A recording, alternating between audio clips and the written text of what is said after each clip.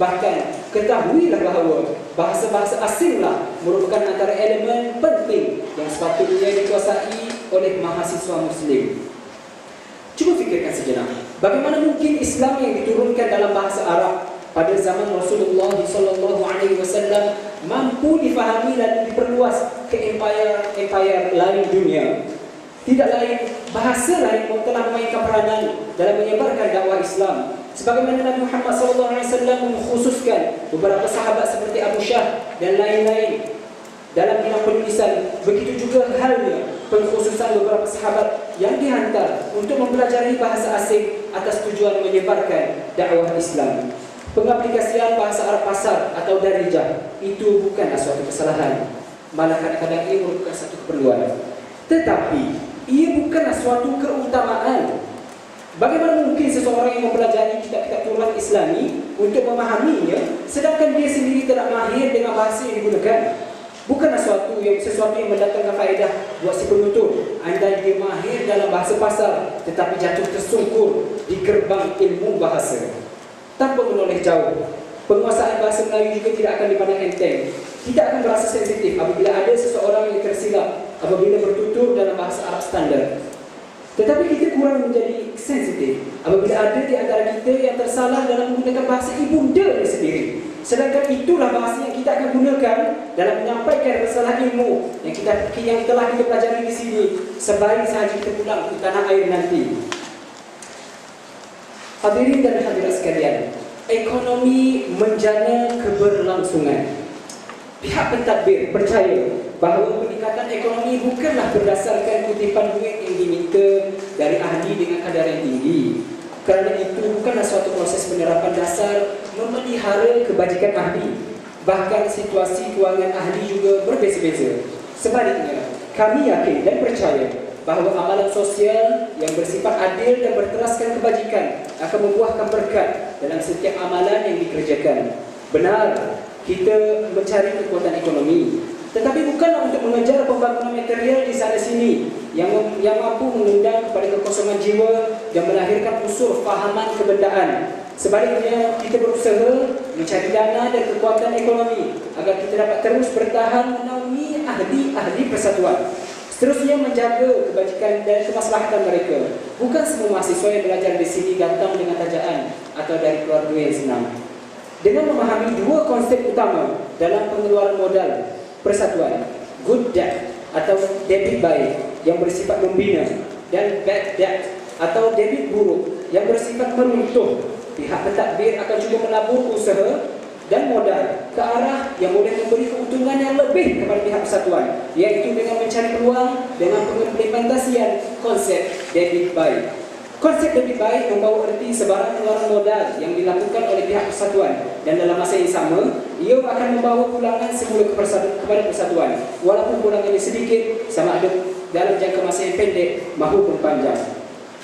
Manakala debit buruk pula membawa erti suatu proses keluaran modal yang tidak membawa sebarang pulangan kepada persatuan. Modul-modul pengurusan yang baik dari sesi-sesi pentadbiran sebelum ini akan cuba diserap dan diperbaiki, dan usaha di dalam bidang ini akan dimanfaatkan dan digembleng menerusi exco ekonomi. Hal ini kerana faktor ekonomi mempunyai pengaruh yang sangat besar terhadap gerak kerja persatuan dan pentadbiran. Dalam masa yang sama, pihak pentadbiran akan menggalakkan ahli-ahlinya untuk menceburi bidang perniagaan yang boleh memberi keuntungan buat pengusahanya. Mungkin saja ahli boleh membuat jualan bahan kering, menu-menu makanan dan minuman, peralatan dan sebagainya antara ahli-ahli rumah, wilayah dan juga ketika berprogram. Malah mungkin sesebuah wilayah boleh menghidupkan kios atau koperasi khas. Kemudian keuntungan tersebut boleh digunakan untuk membantu mana-mana ahli wilayah yang menghadapi masalah kewangan atau sebagai persediaan awal yang boleh didahulukan untuk membayar kos-kos perubatan ahli yang dimasukkan ke dalam hospital dan sebagainya. Pihak persatuan tidak menyekat mana-mana individu yang ingin berniaga, bahkan menggalakkannya. Namun begitu, segalanya perlu dilakukan melalui platform yang sesuai. Hadirin dan hadirat sekalian, pada sesi ini juga pihak pentadbir akan cuba mengadakan program-program yang bersifat sosial dan kebajikan yang melibatkan masyarakat setempat. dan tidak hanya terhad di dalam kelompok warga Malaysia sahaja, seperti bekerjasama dan melakukan kerja-kerja amal di sekolah-sekolah, masjid-masjid, menyumbang usaha untuk institusi-institusi kebajikan seperti rumah anak-anak yatim, orang-orang tua dan sebagainya. Islam sendiri menggalakkan penganutnya untuk mengamalkan sikap persaudaraan, kejiranan dan kemanusiaan sesama manusia. Di samping berlumba-lumba untuk mendapat pahala, itulah konsep kemanusiaan yang terpimpin. Perkara ini boleh disamaartikan dengan istilah membina hubungan sosial atau developing social network. Dan jika diizinkan Allah, mungkin kita boleh memberi sumbangan berbentuk dana kepada mana-mana pihak yang difikirkan wajar dan berkeperluan. Dana boleh diperoleh dari tabung persatuan atau kutipan khas dari ahli, atau juga kutipan khas dari institusi-institusi kerajaan dan bukan kerajaan yang ada di Maghribi, Malaysia dan lain-lain tempat. Perkara ini sekaligus diharap dapat menghidupkan kembali peranan Exco Perhubungan Antarabangsa yang dilihat agak lesu sejak bermulanya penggazetan Exco tersebut di dalam Perlembagaan Persatuan sekitar tahun 2007, hanya kerana skop portfolionya dilihat terhad ke atas memberi layanan kepada tetamu-tetamu luar atau persatuan-persatuan pelajar Peringkat Antarabangsa. Hadirin dan hadirat sekalian, idea Rumah Persatuan telah dicanang tahun demi tahun, dan sehingga kini berbekal modal yang sedikit, kita hanya mampu menyewa sebuah bilik kecil yang bersifat menumpang.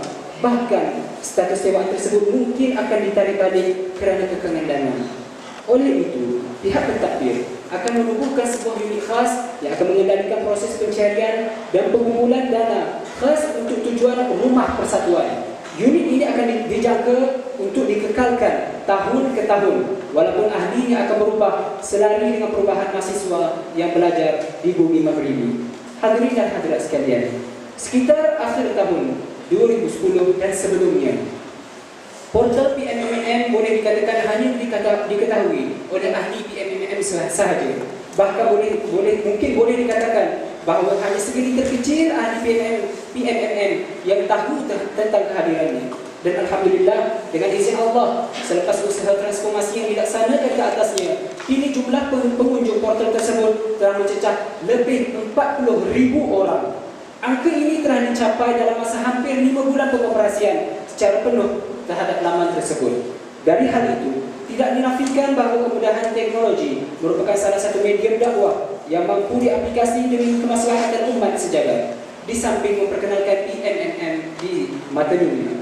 Terima kasih diucapkan kepada penulis berbakat yang merupakan salah seorang ahli PMMM, Ustaz Ahmad Fathaili Muhammad, bekas Presiden PMMM sesi 2008-2009, di atas sumbangan artikelnya yang menjadi tumpuan para pembaca, juga kepada semua kru yang terlibat dalam menguruskan laman tersebut.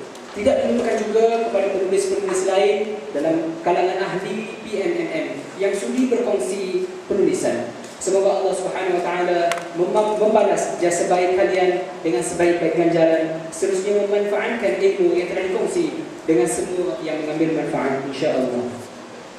Di sini jelas terpapar penting kualiti yang dicapai dalam sesuatu bidang yang dipelopori.